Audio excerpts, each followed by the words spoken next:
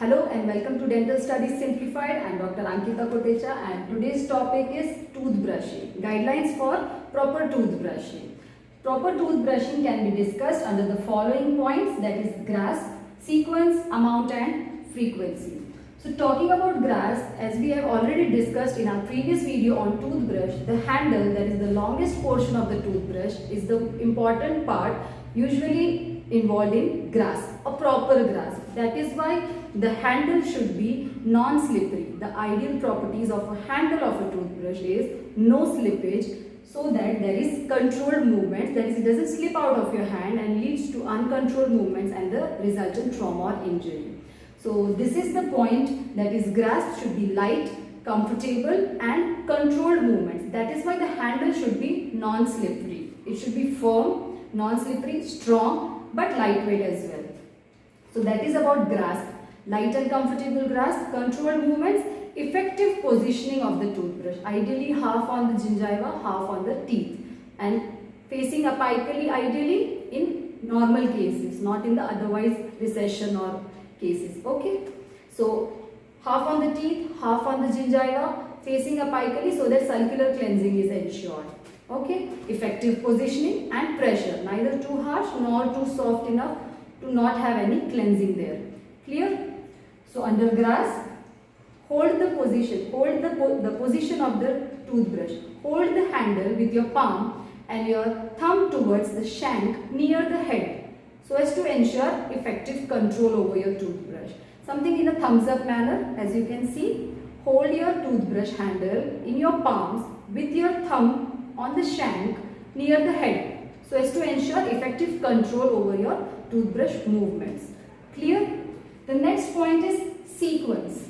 Sequence can be anything that we are comfortable with. Ideally, we should start from the molars and move over the arch. Let's say if we start from left side molars, come forward, move to the opposite arch, then on to the lingual, again come forward and to the opposite arch, followed by occlusal surfaces. Ensure complete coverage of all the aspects of all the teeth. This is the important point in sequence. No matter what sequence we are comfortable with, let us follow any. But there are two important considerations here. One is ensure complete coverage of all aspects by performing overlapping strokes. That is, usually when a toothbrush once placed over our teeth, it covers at least 3 teeth.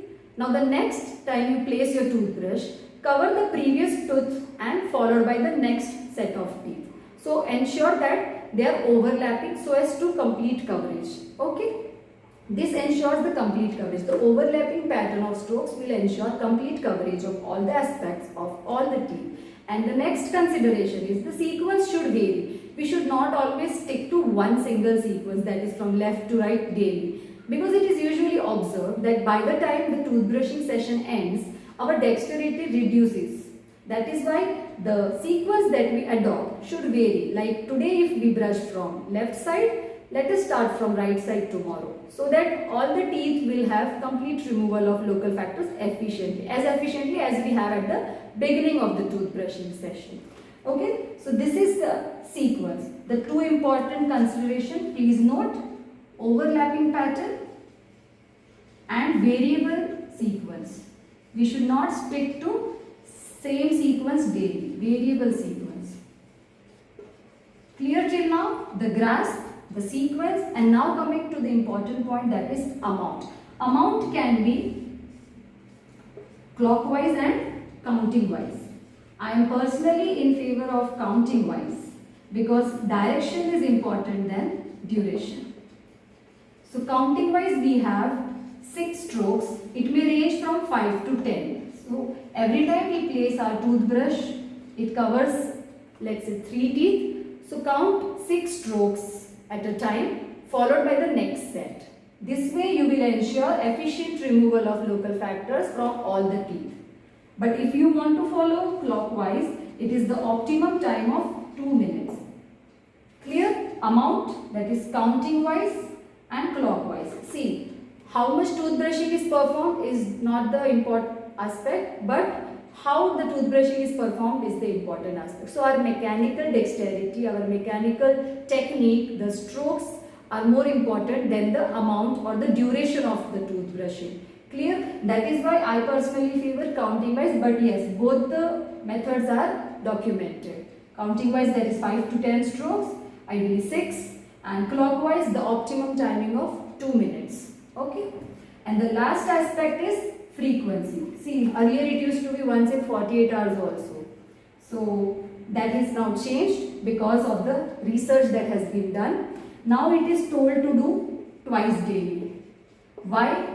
Because we brush hardly for 30 to 60 seconds, whereas the optimum timing is 2 minutes, but we hardly brush for 30 to 60 seconds, which leads to hardly removal of 43 to 60% of plaque.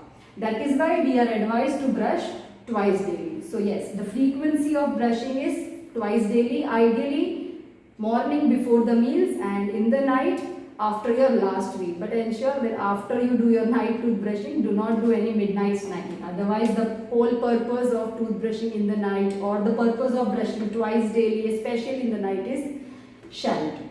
Okay.